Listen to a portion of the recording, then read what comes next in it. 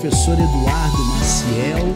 Estamos juntos para a nossa aula de número 2 da Teologia do Novo Testamento. Eu espero que vocês tenham se aprofundado bastante na aula número 1. Essa aula vai ficar gravada para você ver e rever quantas vezes for necessário. É muito importante que a sua construção teológica seja fundamentada. E a nossa fundamentação é a Bíblia, né? Porque a nossa teologia, ela é bíblica. Eu gosto de fazer toda a aula uma recapitulação da aula anterior. Na aula anterior, nós começamos esse módulo falando sobre Jesus de Nazaré, quem foi essa pessoa, o que ele fez aqui na Terra. Falamos sobre a sua geografia, aonde ele viveu, né? Ele viveu na região da Palestina e dividimos, na aula passada, essa Palestina em divisões territoriais. Mais uma vez eu digo para você, se você não assistiu ao vivo a nossa aula de número 1, pega depois no portal de alunos ou no grupo de alunos e assista a primeira aula. Nós também falamos do ambiente aonde o cristianismo ele vai nascer. Esse ambiente era um ambiente com um pano de fundo político greco-romano. Eles viviam ali respirando o helenismo, a cultura grega, mas também a política romana. Esse mundo, haviam buscas de religiões, de mistério, coisas místicas que eles buscavam muito. Também havia um costume, um hábito de cultuar o imperador. Eles gostavam, eles tinham a prática de cultuar um imperador, porque o imperador era um semideus. Também falamos um pouco sobre o mundo judaico da época e terminamos a nossa aula falando dos filhos e dos netos ali de Herodes, da dinastia de Herodes. Então foi uma aula muito completa que, se você porventura não assistiu, volta lá no grupo de alunos, volta lá no seu portal e assista a aula de número 1. Hoje nós estamos na aula de número 2, nós vamos avançar, nós vamos prosseguir, a gente não para por aqui, porque nós precisamos buscar conhecimento avançado. E o nosso tema de hoje é sobre os procuradores romanos. Nós estamos na teologia do Novo Testamento, entendendo toda a geopolítica, entendendo tudo aquilo que se passava na época do nosso Senhor e Salvador Jesus Cristo aqui na Terra, nos seus 33 anos e meio. E é preciso entender como os procuradores romanos, eles viviam. Em 6 depois de Cristo, então Jesus ele tinha aproximadamente 9 anos. Arquelau, filho de Herodes, o Grande, foi convocado a Roma para responder acusações contra o seu governo. Ele foi deposto e exilado em Vienes, na Gália. Se você me perguntar, professor, qual é a geografia da Gália hoje? Atualmente, a Gália pega quase todo o território francês. A França hoje, quase na totalidade, é a Gália dos anos passados, das épocas passadas. O seu território era Judéia, Idumeia e Samaria, e passaram para o domínio dos romanos, já que Arquelau, filho de Herodes, foi deposto por meio dos procuradores. Agora quem iria comandar seriam procuradores romanos. No tempo de Jesus, o procurador romano era Pôncio Pilatos. Então, quando Jesus foi preso, ele foi levado até Pilatos, mas não havia nenhum tipo de acusação concreta para que verdadeiramente Jesus ele fosse condenado. A própria esposa do Pilatos, ela tem um sonho, ela vai alertar o Pôncio para não condenar um homem inocente. E aí Pilatos conversa com toda a cúpula e diz assim: olha, eu lavo as minhas mãos, o sangue desse nazireu, ele não pode ser derramado na minha conta, na minha culpa. Então eu vou me eximir. Se vocês estão condenando o Cristo e se vocês estão mandando soltar o Barrabás, que era um prisioneiro muito conhecido, com uma ficha criminal muito extensa, então já não é mais um problema meu. E ele se omitiu. Mesmo assim, o Senhor Jesus ele foi crucificado, mesmo sem culpa alguma, mesmo sem delito nenhum. A resistência dos procuradores romanos era em Cesareia. Então eles residiam, eles moravam em Cesareia. Mas por ocasião das grandes festas judaicas e para evitar os distúrbios, as revoltas judaicas contra essa classe de procuradores, durante as mesmas, no período de festa, os procuradores romanos iam para Jerusalém, onde eles permaneciam vários dias ali até terminarem as festas. Então a gente pode ver que na visão dos judeus, eles não eram benquistos, eles não eram bem vistos. Eles moravam até em outra geografia chamada Cesareia. Eles não participavam do cotidiano de Jerusalém. Apenas nas festas, né? Para marcar presença, eles ficavam alguns dias em Jerusalém. Parece até um pouquinho os nossos governantes, que de 4 em 4 anos eles aparecem, eles vão aí na tua cidade, eles vão no teu bairro, eles levam lá a sua comitiva, pegam criancinha no colo, abraça a vovó. Só que aquilo ali é só na época da campanha eleitoral. Se ele for eleito, aí você só vai vê-lo daqui 4 anos. E hoje a nossa classe política, infelizmente, ela também é mal vista, assim como os procuradores na época do Império Romano.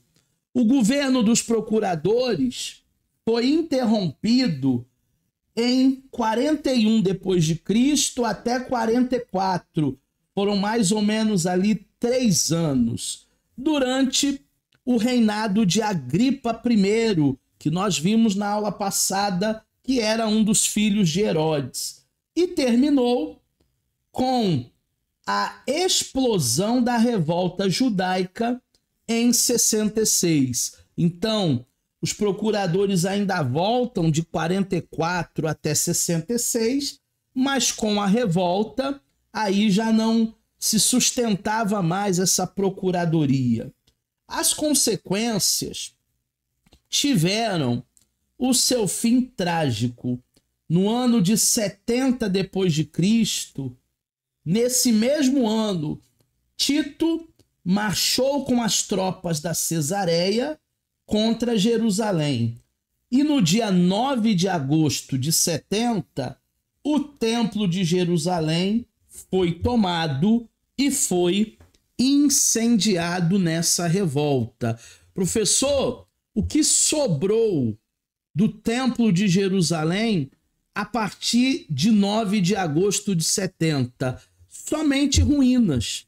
Se você for a Israel hoje, mais precisamente em Jerusalém, você vai ver que só existe mesmo do templo o Muro das Lamentações e mais nada. Não existe mais templo, não existe mais estrutura, apenas o Muro da Lamentação, que será, né, reconstruído, restaurado, não só os muros, mas todo o templo, quando o anticristo estiver na terra. Então, o terceiro templo, quando começar a ser erguido, nós já podemos entender que Jesus está muito próximo da sua vinda para buscar a sua igreja. O primeiro templo foi o Templo de Salomão. O segundo templo foi o templo de Herodes. E o terceiro templo será a reconstrução do anticristo. Então que nós estejamos atentos a esse desdobramento da história.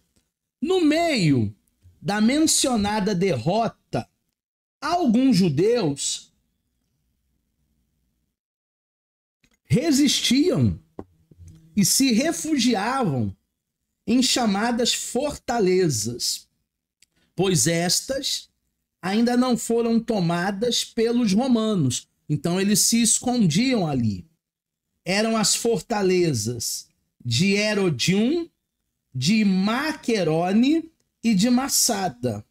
Assim, o último grupo da guerra judaica só cedeu a partir dos anos 73, 74 depois de Cristo. Houve uma resistência até mais ou menos 74, mas depois esse último grupo que estava nos bunkers, nas fortalezas ali, acabou cedendo. Na fortaleza de Massada, preferiram se matar do que se submeter como prisioneiros do Império Romano, prisioneiro romano. Então, esse último grupo que estava na fortaleza de Massada, eles preferem tirar a sua própria vida do que se render. Eles preferem cessar ali o sofrimento, a agonia, cometendo até um suicídio coletivo, do que propriamente ser um prisioneiro romano. Eles não queriam isso. De fato, aquela manifestação, aquela revolta fez com que os judeus tivessem que fugir de Jerusalém, que é o que nós chamamos de diáspora, e aí eles se espalharam por todo o mundo, e nós vamos ver a diáspora daqui a pouquinho com mais detalhes. Ainda falando de procuradores romanos, de agora em diante, a partir de 74, a Palestina, sob o nome de Judéia, tornou-se uma província imperial, governado por um legado, e a 10ª legião ficou estancada em Jerusalém. É o que nós chamamos de Decápolis. E é nesse quadro e contexto dramático que o cristianismo se desenvolvia e se diferenciava das demais religiões. Eu costumo dizer muito que o evangelho é diferente de todas as religiões. E o cristianismo, ele é diferente de todas as religiões. Tamanha perseguição, luta, humilhações, afrontas que o povo de Deus viveu nesse período. Não foi muito fácil você ter que morrer pela sua fé, você ter sido considerado ali um mártir, né? Alguém que morre por uma causa nobre. Eles morreram por essa causa nobre, mas eles não se venderam ao sistema. É muito importante nós entendermos esse período de tensão, esse período político, esse período de bastante lutas, esse período de bastante agonia, para que a gente possa entender como Jesus veio, paradoxalmente, trazer o amor, trazer a mansidão, trazer a humildade. Ele mesmo disse: o meu fardo é leve, o meu jugo é suave. Então, no meio de um turbilhão de situações, para dizer o mínimo, perseguidoras, porque foi muito mais do que perseguição, Jesus estava ali sendo um arauto do amor, sendo um arauto da compaixão, sendo um arauto daquele que olhava ao mundo, mas não da maneira que todo mundo vê. Olhava ao mundo com olhares de misericórdia. O nosso segundo assunto nessa aula de hoje é sobre os grupos e as correntes religiosas em Israel.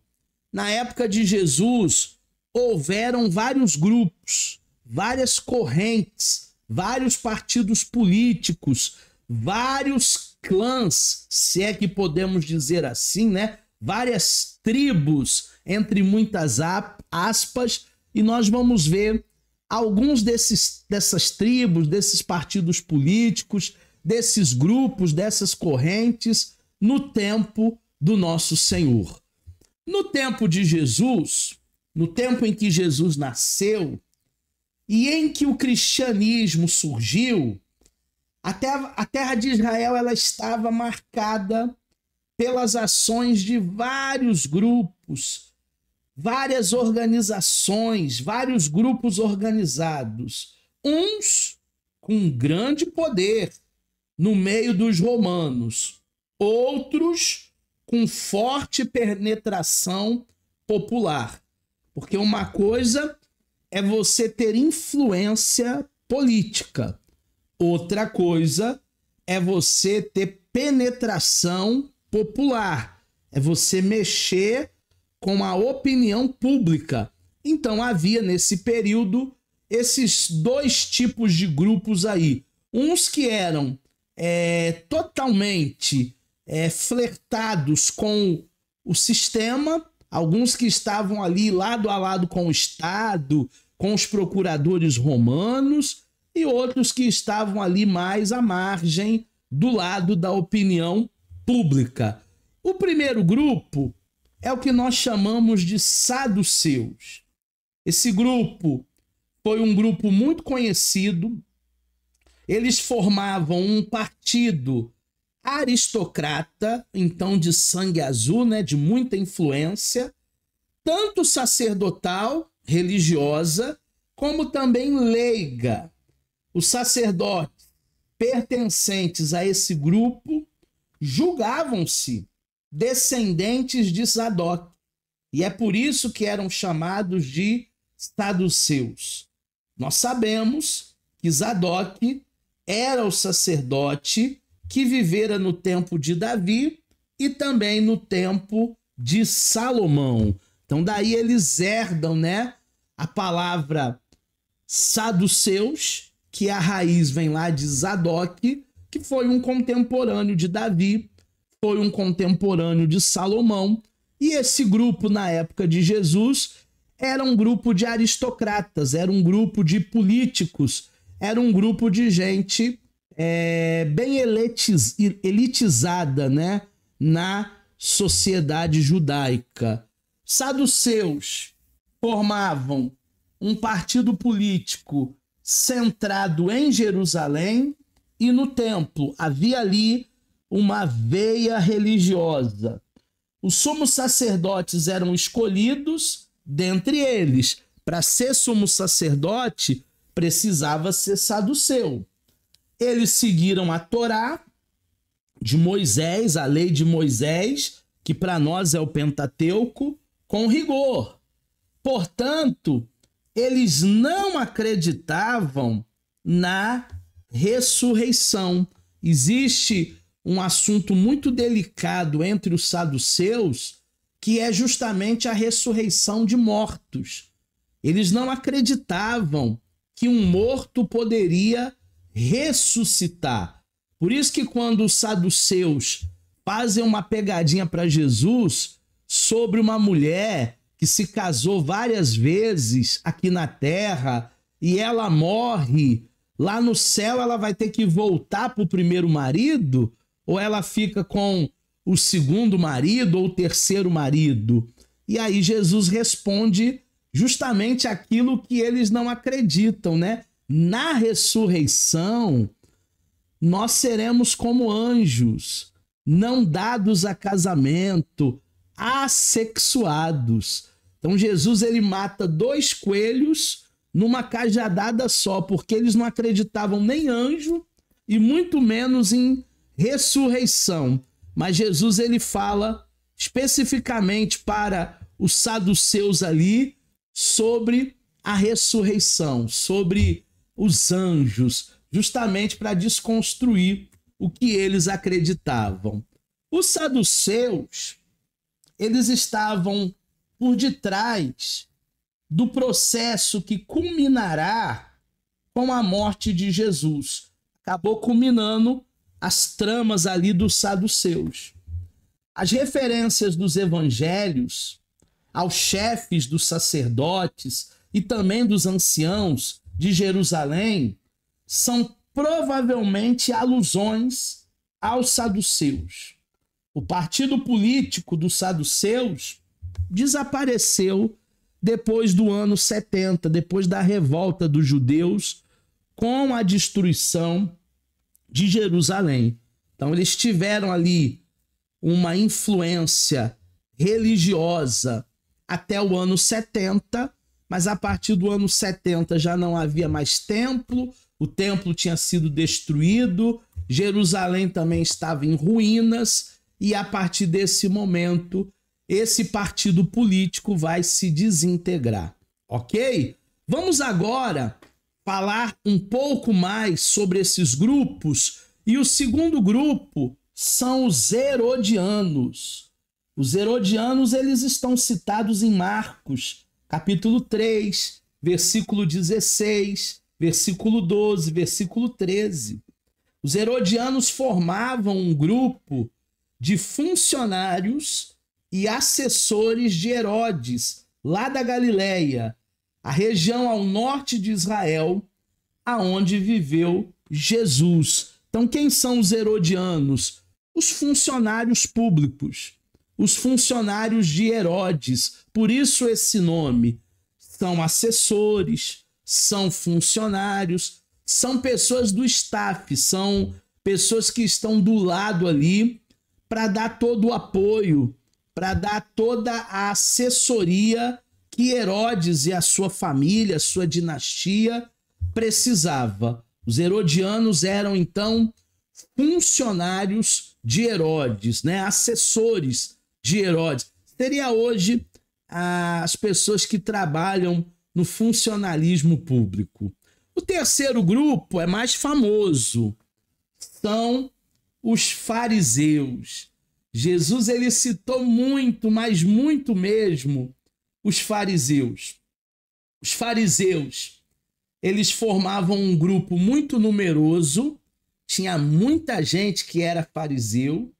O historiador judaico Flávio Joséfo, que escreveu aquele livrão grosso, né? História dos Hebreus, diz que no tempo de Herodes, na época do nascimento de Jesus, o grupo dos fariseus constava com aproximadamente 6.000 membros. Então não era um grupo pequeno como os saduceus, gente da aristocracia, não era funcionário e assessor, minoria como os herodianos.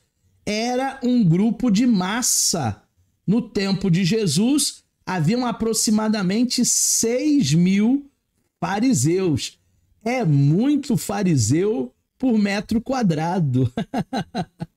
Possivelmente, eles eram os continuadores da ação de um grupo que se denominava assideus, que significava os piedosos. Eu acho muito perigoso quando um grupo se autodenomina como o grupo mais espiritual, o grupo que tem contato direto com Deus, o grupo que ora e Deus revela até o CPF, que Deus tem um mistério de revelação do profundo e do escondido com determinada pessoa. Isso pode beirar a idolatria. É muito perigoso um grupo se autodenominar os piedosos, os mais espirituais, os mais santos, os mais separados. E foi isso que os fariseus eles faziam. De fato, o que caracterizava os fariseus é a sua dedicada atenção aos detalhes da lei de Moisés e às tradições antepassadas, as tradições dos antepassados. Gente, o grupo dos fariseus era um grupo extremamente legalista. eles seguiam a lei à risca, sem nenhum tipo de bom senso.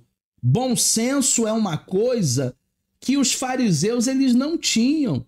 Por isso que Jesus ele vai bater muito de frente com os fariseus, justamente pela falta de um bom senso, justamente por serem extremamente legalistas. Ele vai dizer para os fariseus: olha, se o teu boi cair num buraco num dia de sábado, vocês vão deixar o boi agonizando lá até o domingo? Vão deixar o bichinho morrer?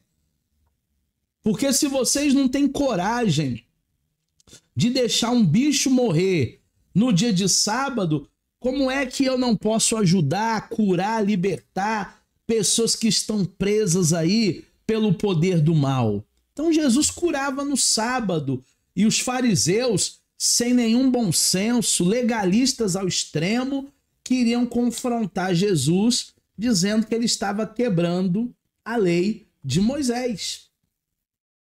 Ao contrário dos saduceus, esse grupo de fariseus acreditavam sim na ressurreição dos mortos, o que era motivo entre controvérsia dos dois grupos. De um lado, nós temos os saduceus, que não acreditam em anjos, não acreditam em ressurreição.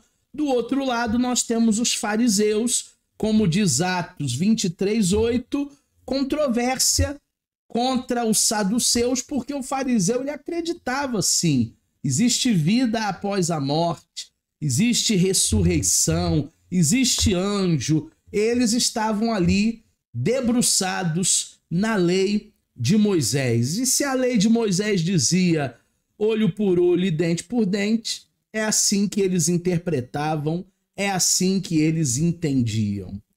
Depois da destruição de Jerusalém, os fariseus eles tiveram muita influência na reconstrução da vida social e também da vida religiosa ali em Jerusalém, o que repercutiu de maneira decisiva na redação de alguns dos evangelhos do Novo Testamento, Mateus, Marcos, Lucas.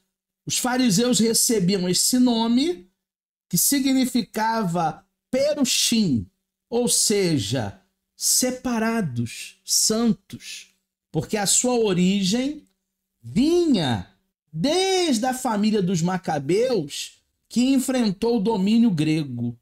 Eles instalaram-se no poder, eles se transformaram-se numa linhagem de nobres e, posteriormente, numa linhagem sacerdotal. Daí, então, perushim, os privilegiados sacerdotes da época de Jesus, os doutores da lei que conheciam a Torá de capa a capa, que eram legalistas ao extremo, mas que não tinham absolutamente nenhum bom senso, que não tinham absolutamente nenhum amor pelas almas, que não tinham absolutamente nenhuma ideia de fraternidade, de comunhão, de verdadeiros amigos. Não tinha isso. Os fariseus, eles não praticavam isso. Nós temos que olhar para os fariseus, né? Jesus até nos alerta contra o fermento dos fariseus, para que a gente também não pratique hoje esse farisaísmo, né? Para que a gente possa ser mais um bom samaritano do que um levita, do que um sacerdote, que nada fizeram quando viram um homem lá agonizado entre a vida e a morte, porque caiu na mão dos salteadores. Que nós podemos ser menos religiosos e mais humanos, né? Bons samaritanos, como na parábola de Jesus. Um outro grupo que eu quero ler com vocês agora é o grupo dos essênios. O grupo dos essênios também poderiam ser descendentes dos ascideus, mesmo grupo lá dos fariseus, né? Alguns deles viviam retirados, reclusos, né, nômades. Ao que parece, foram eles os fundadores da comunidade de Qumran, cuja biblioteca foi encontrada em 1947, revelando assim documentos preciosos, preciosidades e documentos do mundo social, do mundo político, do mundo religioso da época de Jesus. Na realidade, turma, nós temos um sítio, né, arqueológico chamado o Sítio de Qumran. E em 1947, esse sítio arqueológico ele foi escavado e ali foi tirada as maiores descobertas do mundo social, do mundo político, do mundo religioso da época de Jesus. Até os pergaminhos do Mar Morto foram achados em Qumran, sua biblioteca vasta e vários outros fragmentos, provando assim que Jesus esteve na terra, provando assim que o Filho de Deus esteve entre nós. Não é uma história com ES, é uma história com H, é um fato. Então essa contribuição, ela vem desde lá de trás, né, na época de Jesus, mais uma grande descoberta ali do sítio arqueológico do Qumran. Os essênios dedicavam-se ao estudo da Torá e à sua observância rígida. Então eles eram semelhantes aos fariseus, porque eles também eram muito rigorosos, porque também eles se debruçavam ali na Torá com muita rigidez. Mais ainda do que os fariseus, hein? No fariseu, a gente ainda encontra um tipo de flexibilidade. Já nos essênios, nenhuma flexibilidade, nenhuma. Eram radicais ao extremo. Os cultos em que os essênios de Qumran realizavam substituíam os cultos realizados em Jerusalém. Então eles não tinham uma necessidade de viajar até Jerusalém, rolava também um certo preconceito, mas eles faziam seus cultos ali em Qumran para não precisar estar em Jerusalém. Era um povo muito recluso, um povo muito reservado. Tanto os essênios como também os fariseus apontavam na vinda do Messias expectativas não compartilhadas pelos saduceus. Cada um desses grupos tinham os seus escribas, né?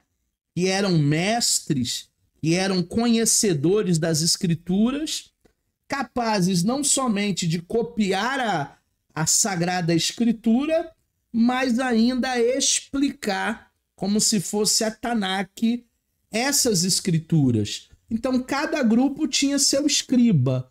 Os essênios tinham seus escribas, os fariseus tinham seus escribas, os herodianos tinham seus escribas, os saduceus tinham seus escribas, que eram mestres, que eram doutores da lei, e a partir de todo esse conhecimento eles faziam as cópias dos manuscritos e também explicavam esses manuscritos. Mais um grupo das nossas correntes aqui que viviam na época do Cristo, samaritano. Todo mundo discriminava os samaritanos, mas Jesus não. Ninguém gostava do samaritano, judeu não se dava com o samaritano, mas Jesus não. Os samaritanos eram habitantes da Samaria, uma região central de Israel, e a sua relação com o judeu era problemática, um não gostava do outro. O que se manifestava pelo fato de que os samaritanos construíram um templo a Javé, um dos nomes de Deus, no Monte Garizim, rivalizando com o Templo de Jerusalém, entre outros fatos.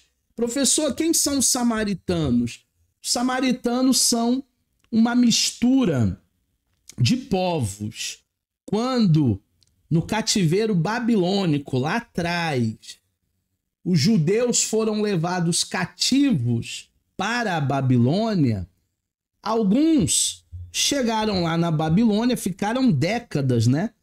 Foram pelo menos 70 anos de opróbrio, foram pelo menos 70 anos de vergonha em terra estrangeira. Jerusalém estava destruída a partir de 592. E ali, durante todo o cativeiro babilônico, esses judeus conheceram mulheres que não eram judias, não eram mulheres de Jerusalém. E eles contraíram matrimônio. E eles tiveram filhos, tiveram netos. 70 anos se passaram. Eles construíram família ali. Um belo dia, Neemias e Esdras disseram: o cativeiro acabou, nós estamos livres, vamos voltar para reconstruir Jerusalém. E muitos ali queriam voltar para Jerusalém, mas não queriam abandonar seus filhos nem as suas esposas. O que era uma proibição, voltar com mulheres babilônicas, filhos, netos babilônicos, e eles deveriam voltar sozinhos para reconstruir a cidade. Muitos daqueles ali não queriam abandonar seus filhos, os seus netos, suas esposas, ficaram em terra estrangeira. Não voltaram com Neemias, não voltaram com Esdras. Foi então a origem dessa mistura de povos chamada de samaritano, que durante séculos e séculos e séculos o judeu vai olhar para ele meio que de maneira ruim, um olhar ruim, um olhar entre os dentes, digamos assim, porque era uma espécie de vira-lata, era uma espécie de mestiços, de uma mistura de povos. Por isso esse desprezo. Também os samaritanos aceitavam apenas a Torá de Moisés, numa versão um pouco modificada, em alguns versículos, por causa do aramaico, como livro sagrado. O Messias esperado pelos samaritanos seria um profeta nos moldes de Moisés. Por isso que a mulher samaritana nem acreditou quando Jesus foi pedir água para ela.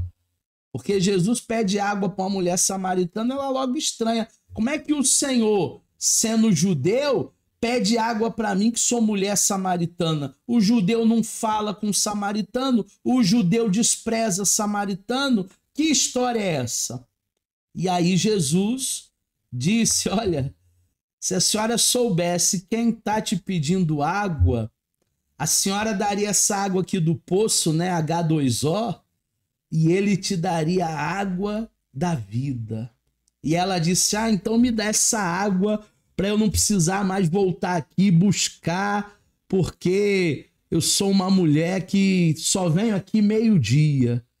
Aí Jesus disse: então vai lá, chama o teu marido para eu te dar essa água da vida. E aí ela disse: eu não tenho marido. Eu já tive 5 maridos e o que eu tenho agora não é meu. Quando ela ouviu Jesus falando isso, né? Disseste bem, você não tem marido, o que você está agora não é teu marido.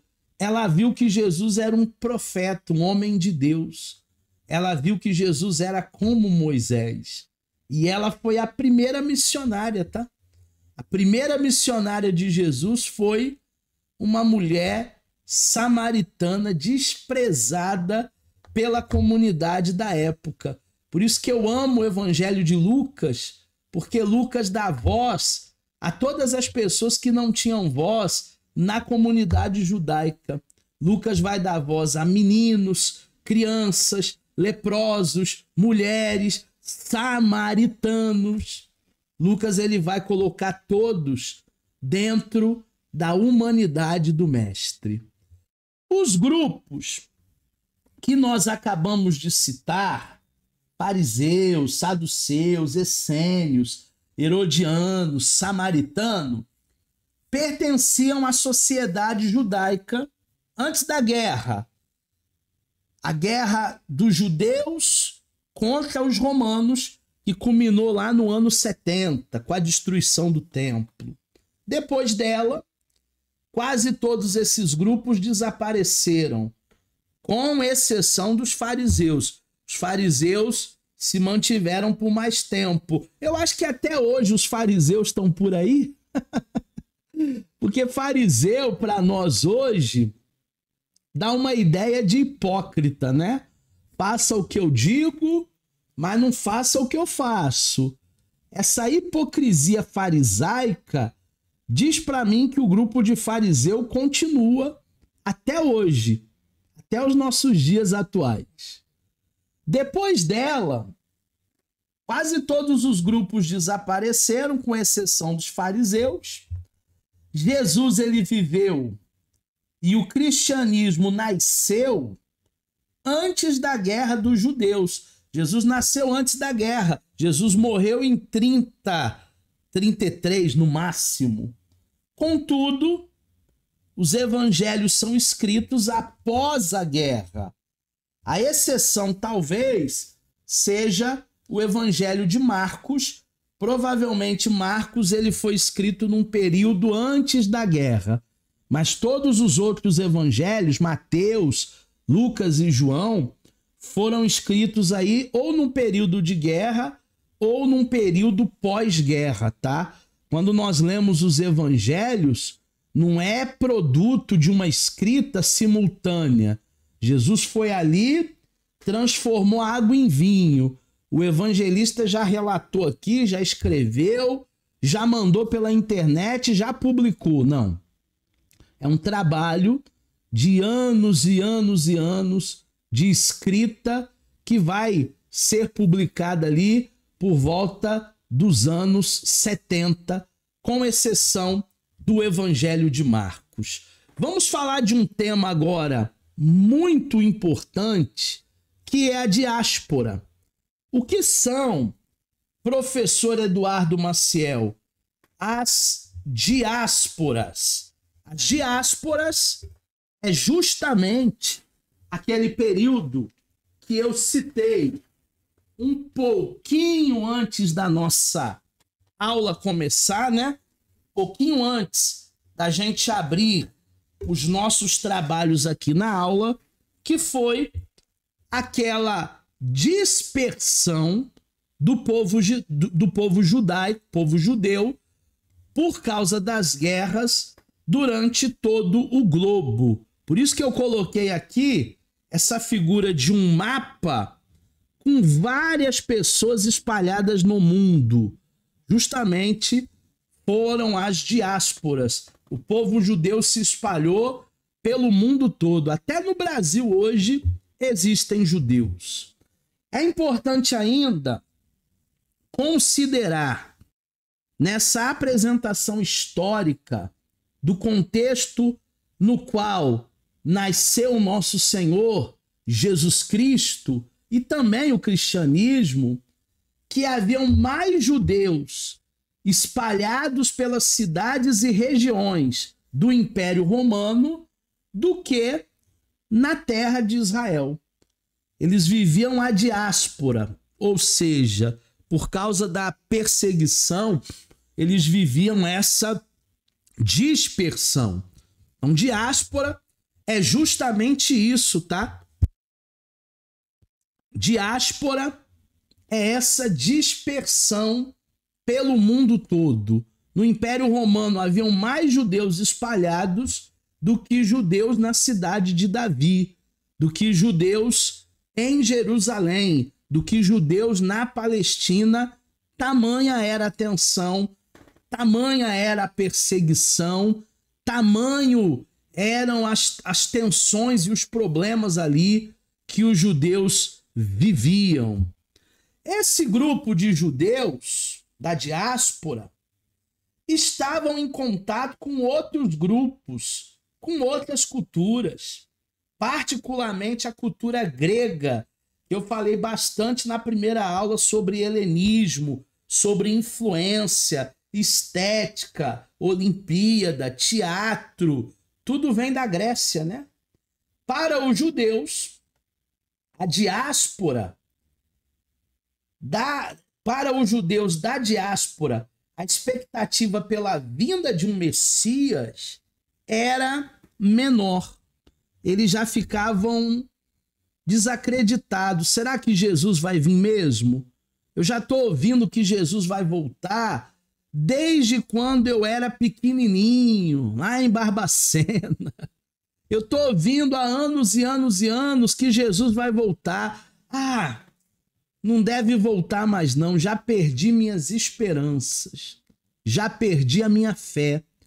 Então a expectativa de que Jesus voltaria para buscar a sua noiva, para buscar a sua igreja, ela foi diminuindo. Mas e hoje, professor? Século 21, a gente tem que perder a fé? Claro que não. Os sinais estão aí. Nunca foi. Os sinais, né, que nós podemos ver, eles nunca foram tão latentes como os dias atuais. Eu falei para a turma que fez o curso com a gente da plataforma do anticristo, que quando nós falávamos 20 anos atrás de escatologia, parecia uma coisa muito distante, turma. Só que hoje a escatologia está muito próxima, com a inteligência artificial, com os pagamentos instantâneos. Hoje os sinais estão aí. O nosso Senhor está voltando. Só duvida quem não crê. Não permita que o teu coração fique igual os judeus da diáspora, com uma expectativa menor de que o nosso Senhor ele vai voltar. Não, não, não. O nosso Senhor ele voltará para buscar o seu povo, para buscar a sua igreja, e nós devemos dizer: Maranata, ora vem, Senhor Jesus. É importante citar também, turma, que o grupo dos judeus da diáspora faziam parte na missão do apóstolo Paulo nas cidades da Grécia e nas cidades da Ásia Menor. Lembra que o apóstolo Paulo fez as suas 3 viagens missionárias? Primeiro com Silas, depois com Barnabé. É isso. As primeiras viagens missionárias foram para a Grécia, para a Ásia Menor. E ali haviam também judeus que eram do grupo da diáspora. O Novo Testamento foi escrito em grego, não em hebraico como o Antigo Testamento. Foi em grego e foi em aramaico.